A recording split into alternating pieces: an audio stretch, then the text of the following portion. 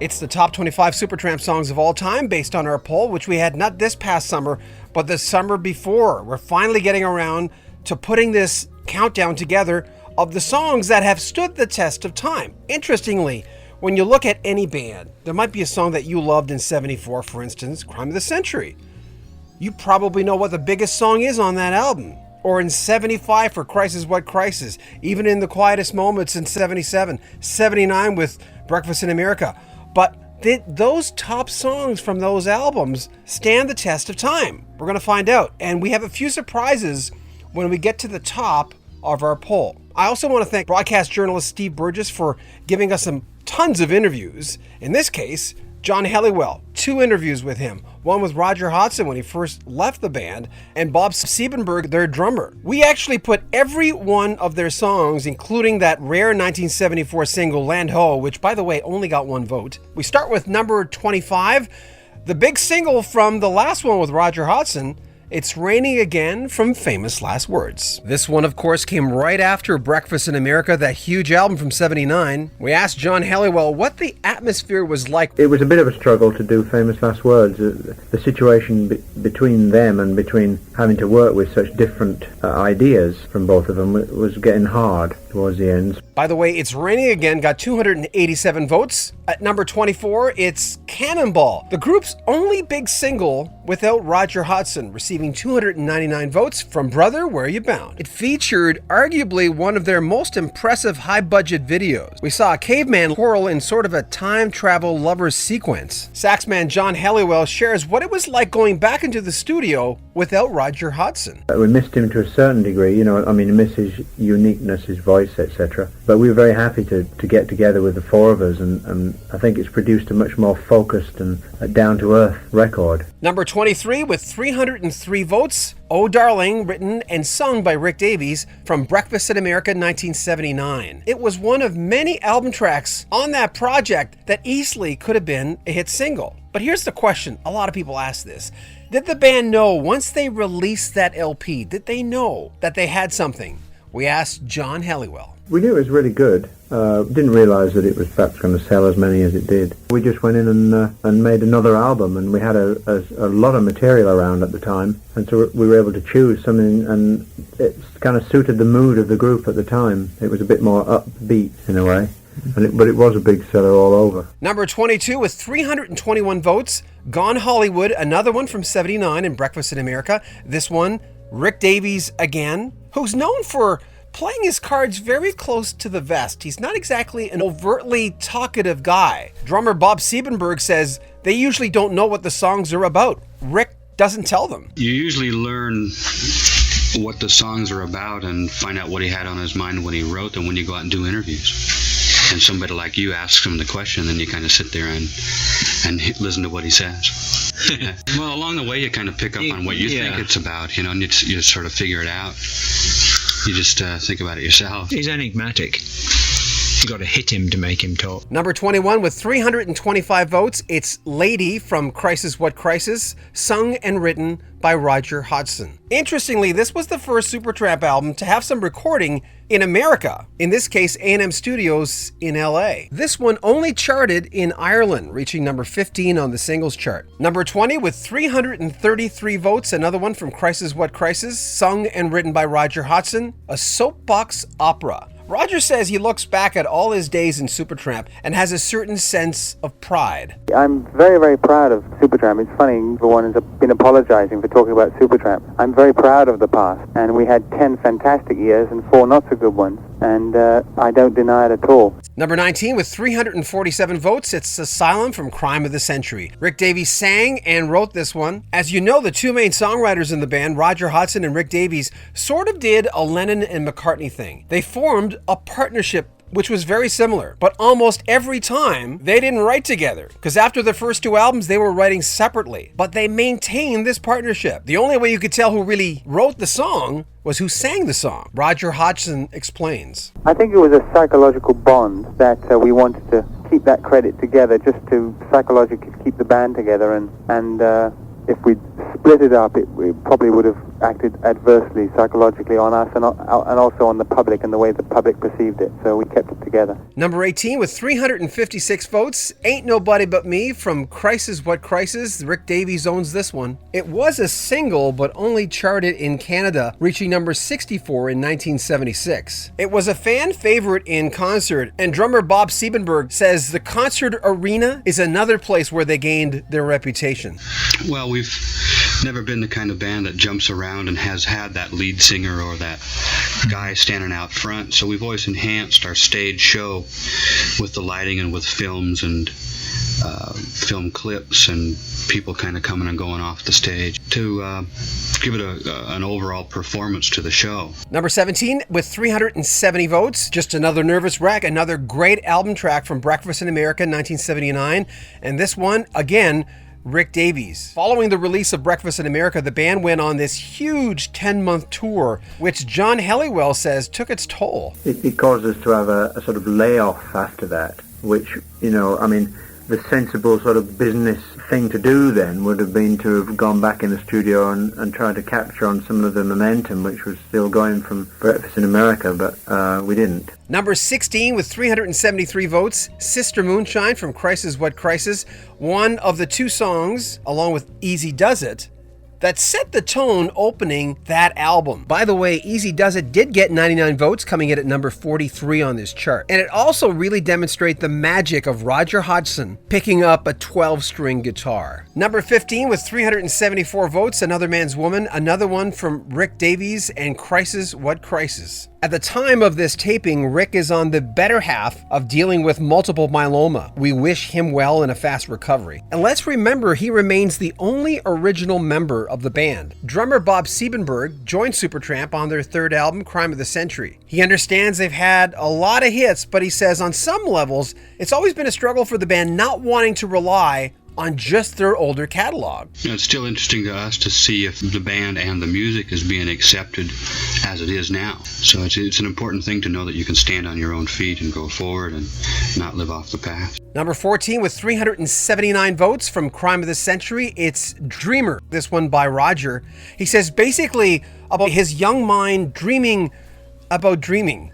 This was actually the very first time that the band had reached the top 40 someplace. In this case, number 13 in the UK. Number 13 with 381 votes, one of my favorite Supertramp songs of all time, Rick Davies, From Now On, Even in the Quietest Moments. That intro piano riff that he does on there, that diddling-doo-doo-doo-doo-doo. Of all the Supertramp songs, I've had that permanently etched in my brain forever. And it's one of the prettiest Supertramp songs of all time, considering what it's really about. A guy who has a lot of dreams, but everything just kind of happens in his own head. And he goes from far-fetched fantasies into some pretty dark thoughts. Number 12 with 388 votes from Crime of the Century, it's Rudy by Rick Davies, who's always been an enigma to me, and we'll find out later on in our special that he was to the band as well. And let's face it, like a lot of bands that dig a little deeper and can sometimes travel left or right of the top 40 of what's really, really popular, they do follow their noses. Supertramp are sometimes known as a faceless band. Bob Siebenberg and John Helliwell say that doesn't really matter to them. But sometimes things get lost in the translation. Quite a long time ago, there was a photograph in a newspaper that had a photograph of John. Of me. And they called him Rick Hodgson. Lead singer, Rick Hodgson, and a picture of me. Of Supertramp. Fantastic. I couldn't have gotten it more wrong. Well, we like to be just known as musicians and not Mick Jaggers or... we kind of nurtured that along to stay faceless and be known for our music and as a group and stuff like that. And then it's pretty hard to change that after you've molded it for so long. The individuals kind of raised their profile a little bit. When Roger left, people were kind of interested in which one was that, which put a more, a stronger focus on who was left. Yeah. So it kind of updated itself along the way there, but it was conscious in the beginning. At number 11 with 392 votes, Hide in Your Shell from Roger Hodgson. Another one of those songs, and there were many from Roger, that were based on spirituality, or in his case, the song's about finding spirituality and not really having a lot of people to share it with, in and out of the band.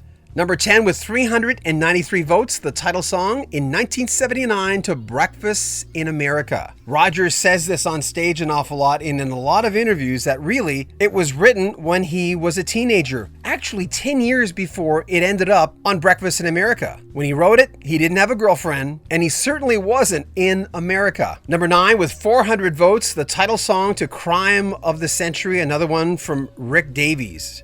I know a lot of diehard fans will always say Crime of the Century because it was less commercial, let's say, than Breakfast in America is their best album. Saxman John Helliwell says he goes between that one and another one as far as what he thinks was their best. Well, I think it's one of our better albums, if not the best. When I look back at all the albums, I pick out Crime and Breakfast in America as being two highlights, so to speak, so far. Yeah, the Crime of the Century itself, the track, I thought was really good. Number 8 with 402 votes, Bloody Well Right from Crime of the Century. I was a little surprised by this one. I thought this would be number 2 or 3. Written and sung by Rick Davies. The tune served as their very first US top 40 hit. It peaked at number 35. And now about that famous Dutch millionaire rumor. I've had a few stories which I had to check before I went on video from various bands about certain urban legends. On doing research, sometimes I would find out they weren't true. John Helliwell fills us in on that famous story of Supertramp getting financial help from a famous Dutch millionaire. It was before I joined. He'd already gone out of the picture by the time I joined in 73, although I still know him. Saw him the other week, in fact, because we're over in Europe. Rick was in a group in the late 60s, and he went to Europe and fell in when he was starving in Munich or Frankfurt somewhere. He fell in with an arty sort of bunch of people who were into films, and one of whom was a Dutch millionaire type person who lived in Switzerland. And he sponsored Rick to start a group because he saw some germ of talent. So from an advert in the Melody Maker in England, he found Roger and some other guys, and they started a group, which at first was called Daddy Longlegs or something. And then they found the name Supertramp, and they made an album, and then they changed personnel again, trying to find the right sort of people, and made another album, and then that group fell apart a bit. And so they thought the next time they were making an album, they'd have one last ditch attempt to make something really good and worthwhile rather than putzing around, which perhaps they had done. So they started to look for just the right people. Dougie Thompson had already joined the band, that from an advert again, in 72, I think. And the connection between me and Supertramp was Dougie, because I'd worked with him in a band previous to that. And they found Bob Siebenberg playing in a pub in London, and got a nice combination of people together. We found it interesting to work together, had an empathy. And so we really concentrated very hard and made Crime of the Century eventually. We all went to live together to rehearse it, and we recorded it and made a good effort on it. And that's the album that started us off. By that time, the Dutch millionaire, Sam, his name, had dropped out of the picture by the time I joined, because it was realised that he wasn't going to really further the group's career. I mean, he didn't give them pots of money. He gave them some equipment and let them stay in his house some time to rehearse. Number 7 with 410 votes, Even in the Quietest Moments, and of course that biggie, Give a Little Bit. It was the first time a lot of folks heard this band. In fact, it was their first big hit in the US. It peaked at number 15, and it reached number 10 in the Netherlands and in Canada. Hodgson wrote the song in 1970, but didn't bring it to the band until 6 years later. Number 6 with 413 votes, the title song to Even in the Quietest Moments. It starts very gently with birds in the background and builds to a crescendo. And at the end, we almost picture Roger Hodgson being on the mountaintop, looking towards the heavens. It's that powerful. Number 5 with 449 votes from Breakfast in America, it's Goodbye Stranger, one of the big hits from the album. There's always been interesting interpretations about this song. Goodbye Mary, Goodbye Jane. A lot of folks are saying he basically spent the night with two ladies of the night and is saying goodbye to them in the morning, while others have had religious meanings behind it. But knowing Rick Davies, that's probably the last thing you'll get in there. He just wasn't a fan of Roger Hodgson's more spiritual songs. Other folks have actually said it's about Marijuana, Mary and Jane, Mary Jane being another name for pot. Number 4 with 484 votes, Fool's Overture from Even in the Quietest Moments. This one, of course, is by Roger Hodgson, who during the interview talked a lot about his role in Supertramp. He said a lot of the members had their hands in helping the production process, but when the dust settles, Roger says he was the main producer. Although we kind of never put that on the album. We all obviously had a hand in it and played different parts, but basically it was always up to me to get the whole thing together and carry it through to its conclusion. I was about the only one who was in there the whole time. I think it's time actually for them to stand on their own feet. I think Rick's ready to take control. After me being the main leader all these years, I think he's ready to kind of assume command. Number 3 with 485 votes, Take the Long Way Home. Another one from Roger Hodgson and Breakfast in America. Even though this was near the end of the relationship with Roger Hodgson and Supertramp, they did record Famous Last Words a couple of years later. John Helliwell talks about the major differences between Roger and Rick. Rick was always the cynical person, and Roger was the more spiritual, open air type guy. So now we're down to earth, and we're more R&B and jazz influenced, stronger, I think. We've got more of a direction. Number 2 with 488 votes, The Logical Song from Breakfast in America. I know I thought 2 would be number 1. Maybe it's because it's been played so many times, but number 2 ain't nothing to sneeze at. Of all the countries around the world, Canada has always been Supertramp fanatics, and it's appropriate that this song reached number 1 in that country. Roger Hodgson says it's not only about what they teach you in school, it's about what they don't teach you. Things like listening to your heart and intuition. Logical Song was the most complete song I've ever written, and complete success, maybe musically and lyrically. Number 1, and I think any Supertramp fan knows what's coming. 514 votes for School from Crime of the Century. Rogers hinted many times that this was really the last time that he and Rick kind of worked together on that level on a song, even though from the sound of this, it was more a Roger tune. Prior to Crime of the Century, we collaborated. I think as we grew musically, we became more confident, and the songs became more personal. So really from Crime of the Century onwards, it was we used to write separately. Basically, all the songs I sing, I wrote. And really the last collaboration probably was School. That was the last one. As time went on, it became increasingly difficult to match the two styles on the same record. There you have it, the top 25 Supertramp songs of all time based on your polls. Every time I do a poll, I'll get a lot of people, in the comments section going, damn you, how could that be number 1? I don't know, it was just a poll. We just put them out the way we saw it. And that's the way it is. And people's ideas of what's popular changes through time, I think, depending upon what FM radio does play, sometimes plays too much or doesn't play enough. It was nice to see a lot of album tracks, huh? I was really happy to see that. And anyone who loves Supertramp would appreciate those songs.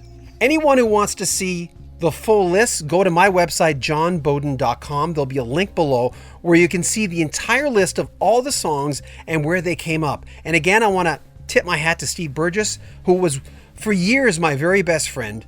And when he got out of radio, he sent me 3 boxes of all his interviews saying, I'm kind of done with these. And in those boxes, we found interviews with drummer Bob Siebenberg, saxman John Helliwell, who makes a hell of an MC, by the way, for the band, and Roger Hodgson when he first left Supertramp. So we want to thank him for that. Keep in mind what's coming up. Based on all the votes we got for the singles, we were able to come up with an albums chart, the top 11 Supertramp albums. Now remember, we're only dealing with studio songs and not live songs. And on this video, we're going to feature a lot of fans who are going to talk about their memories of Supertramp, and a lot of Supertramp experts in there too. Make sure you share our videos, subscribe to our channel, and comment on our videos. I'm John Beaudin. This is Rock History Book.